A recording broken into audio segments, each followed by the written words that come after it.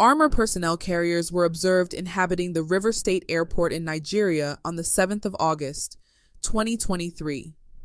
This occurrence coincided with the ultimatum issued by ECOWAS to Niger, urging the relinquishment of power and the return of the former president, Bazoum.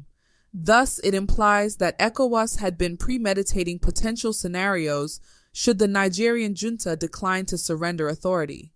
In the present context, Niger shares borders with several nations. The most feasible avenue for a successful invasion of Niger lies through Nigeria and Benin Republic, as Mali and Burkina Faso are aligned with the military junta in Niger. These nations have vocally expressed that an assault on Niger would be construed as an attack on Burkina Faso and Mali as well.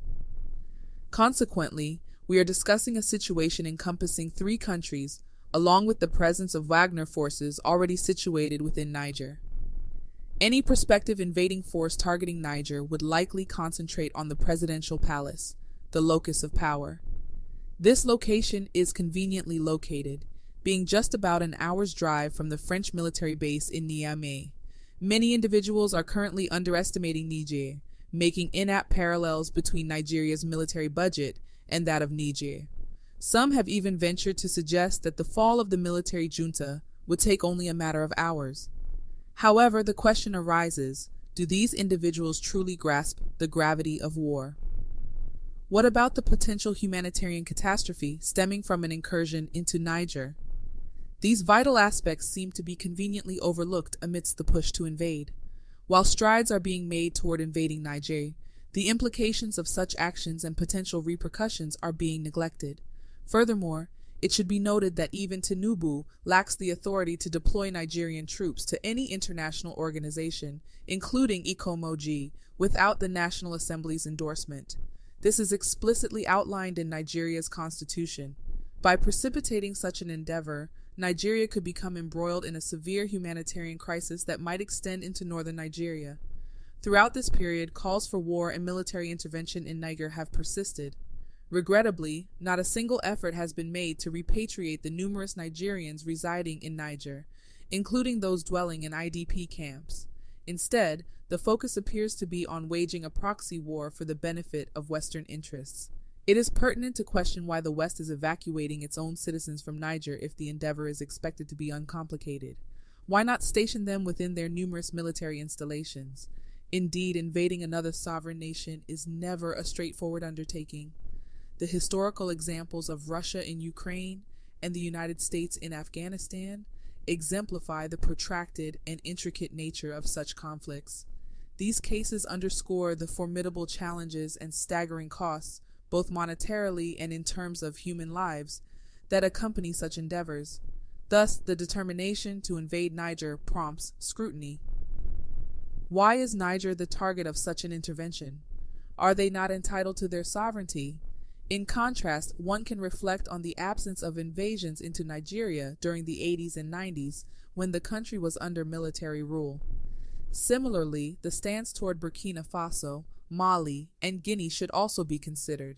The ongoing proxy war possesses the potential to rapidly escalate, leading to dire consequences, especially concerning the migration of refugees into southern Nigeria.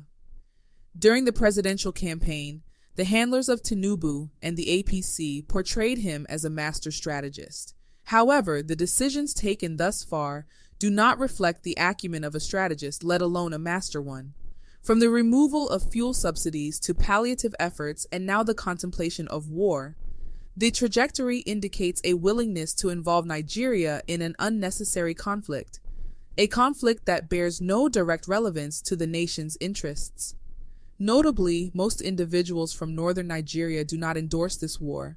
It's plausible that this sentiment underlies the relocation of troops from Oho Cantonment in Lagos to Sokoto.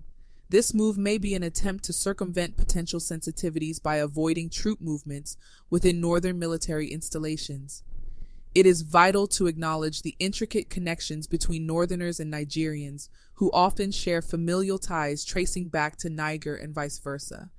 This predicament underscores the consequences of entrusting compromised individuals with pivotal roles, as their actions might prioritize personal interests over the well-being of the nation.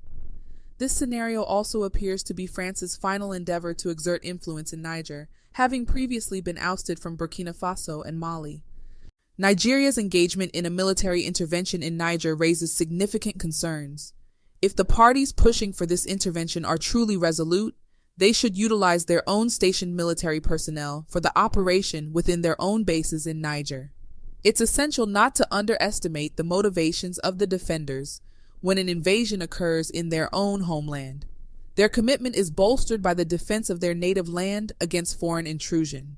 Even assuming a successful takeover of Niger's presidential palace through an invasion, the subsequent steps become a web of uncertainty. Questions arise. In the event that the former president cannot be located for reinstatement, would the occupying force govern the country indefinitely, or would they orchestrate fresh elections?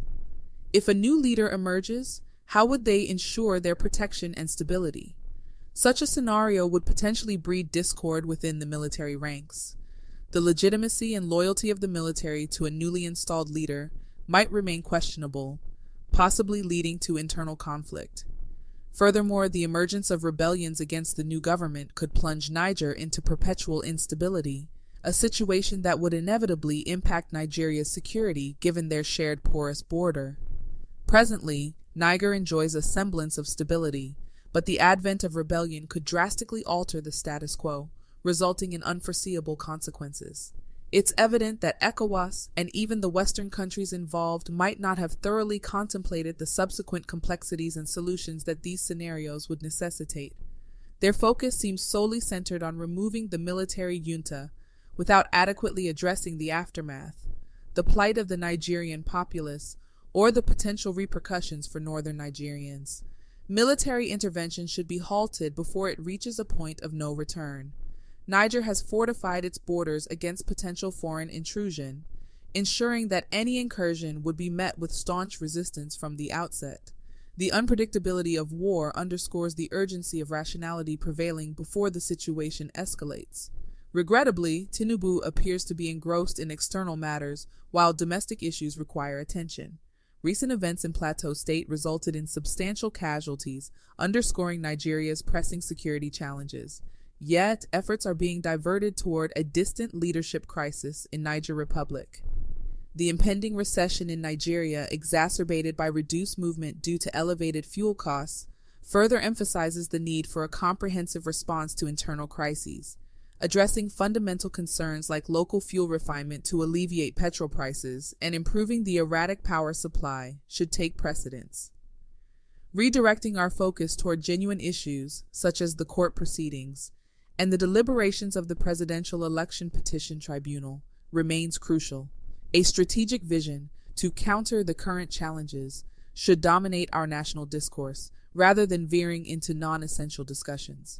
The idea that a war-driven tenure extension for Tinubu is feasible is flawed. Nigeria and Niger Republic are not at war. The latter did not encroach on our territory. The hope is that ECOWAS and their proxies reconsider the military invasion plan, and that Nigerians collectively concentrate on real concerns, allowing reason and solution-seeking to prevail over unwarranted distractions.